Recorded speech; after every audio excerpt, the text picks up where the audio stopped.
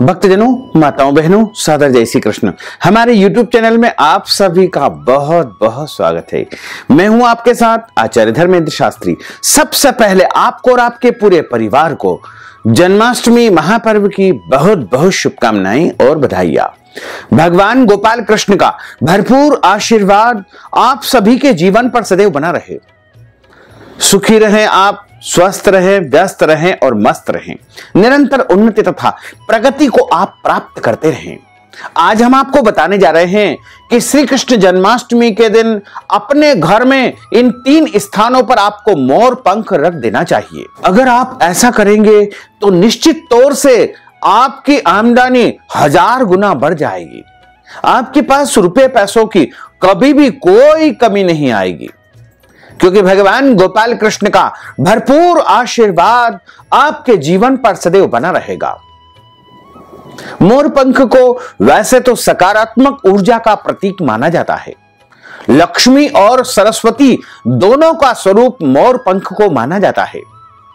घर के वास्तु दोषों को समाप्त करने के लिए मोर पंख को सर्वोत्तम माना गया है। अगर आपके घर में किसी भी प्रकार का कोई वास्तु दोष हो, रसोई में वास्तु दोष हो, पूजा घर में वास्तु दोष हो, या फिर अन्य किसी भी स्थान पर आपके घर में यदि वास्तु दोष है, वहां पर यदि आप मोर पंख स्थापित कर देंगे तो वो समस्त वास्तु दोष आपके समाप्त हो जाएंगे।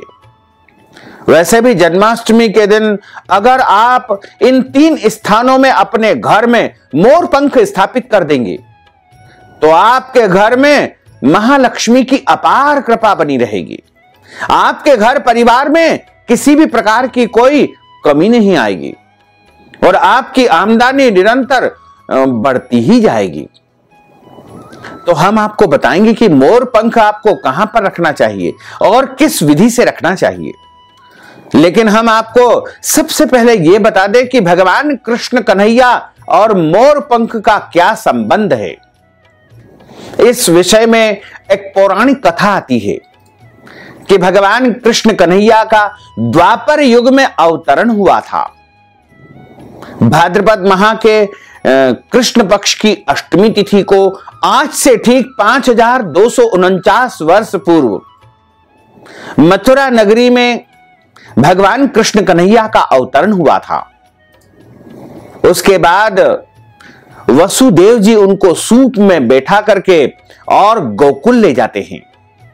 नंद बाबा के शयन कक्ष में उनको सुला देते हैं। इस प्रकार जो बचपन भगवान कृष्ण का बीता था वह गोकुल में बीता था, वृंदावन में बीता था। गोकुल में एक मोर निवास करता था और वह मोर भगवान कृष्ण का परम भक्त था। भगवान कृष्ण कन्हैया की कृपा को वो प्राप्त करना चाहता था, इसलिए उसने गोकुल में भगवान कृष्ण के द्वार पर बैठ करके 1 वर्ष तक उनके नाम का जप किया, उनके नाम का स्मरण किया।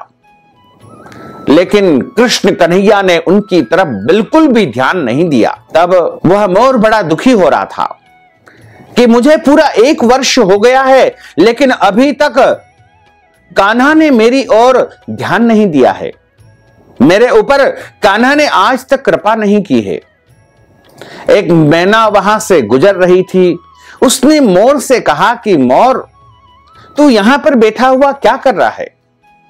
तो उसने कहा कि मैं कृष्ण कन्हैया की कृपा को प्राप्त करना चाहता हूं। भगवान कृष्ण से मैं प्रेम रखता हूं और उनके नाम का जप पूरे 1 वर्ष से निरंतर कर रहा हूं, लेकिन अभी तक उनका ध्यान मेरी ओर नहीं गया है। मैना ने कहा कि तू चिंता मत कर, तू कृष्ण का नाम छोड़ करके मेरे साथ बरसाना चल, क्योंकि वहां पर साक्षात राधा रानी निवास करती है। तू बरसाना में जब राधा रानी से मिलेगा तो तुझे कृष्ण की कृपा स्वतः ही प्राप्त हो जाएगी। मैना की बात को मोर ने मान लिया और वह राधा रानी के समीप पहुंच गया और वहां पर वह कृष्ण कृष्ण कृष्ण नाम जपने लगा।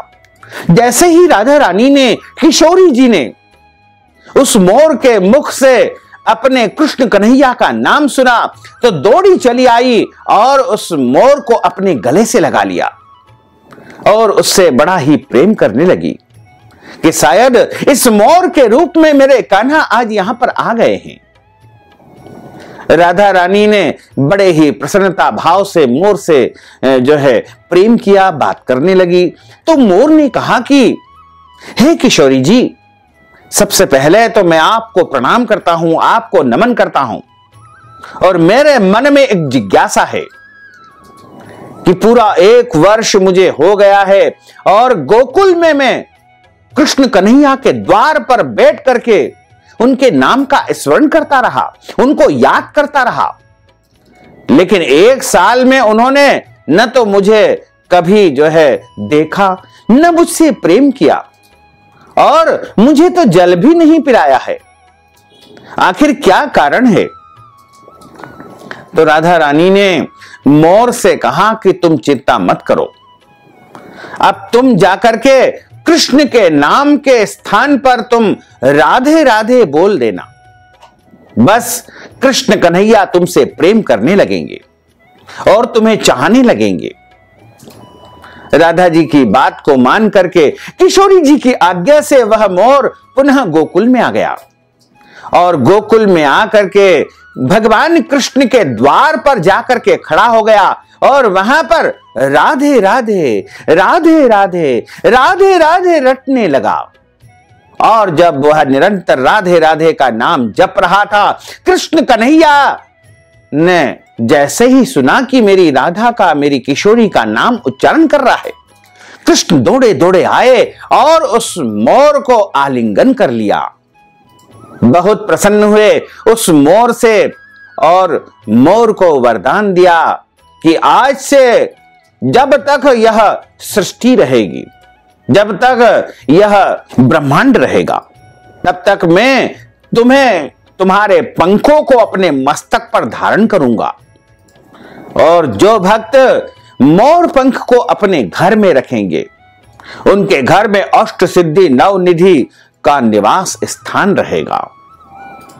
और जो भक्त मोर पंख से प्रेम करेगा, वह साक्षात राधा कृष्ण से प्रेम करेगा। और मोर पंख को जो अपने घर में स्थापित कर लेगा, उसके घर में राधा कृष्ण की सदैव कृपा दृष्टि बनी रहेगी। इस प्रकार मोर को भगवान कृष्ण कन्हैया ने वरदान दिया था। तभी से यह परंपरा चली आई है कि सभी भक्तजन जो भगवान कृष्ण से, राधा रानी से प्रेम करते हैं, वो मोर पंख को अपने घर में स्थापित कर लेते हैं। जन्माष्टमी का पर्व इस बार 19 अगस्त 2022 शुक्रवार को है और इस दिन 19 और 20 की रात्रि में सब भगवान का पूजन करेंगे, भगवान का अवतरण दिवस मनाएंगे, जिसे हम श्री कृष्ण जन्माष्टमी के रूप में मनाते हैं, गोकुलाष्टमी के रूप में मनाते हैं।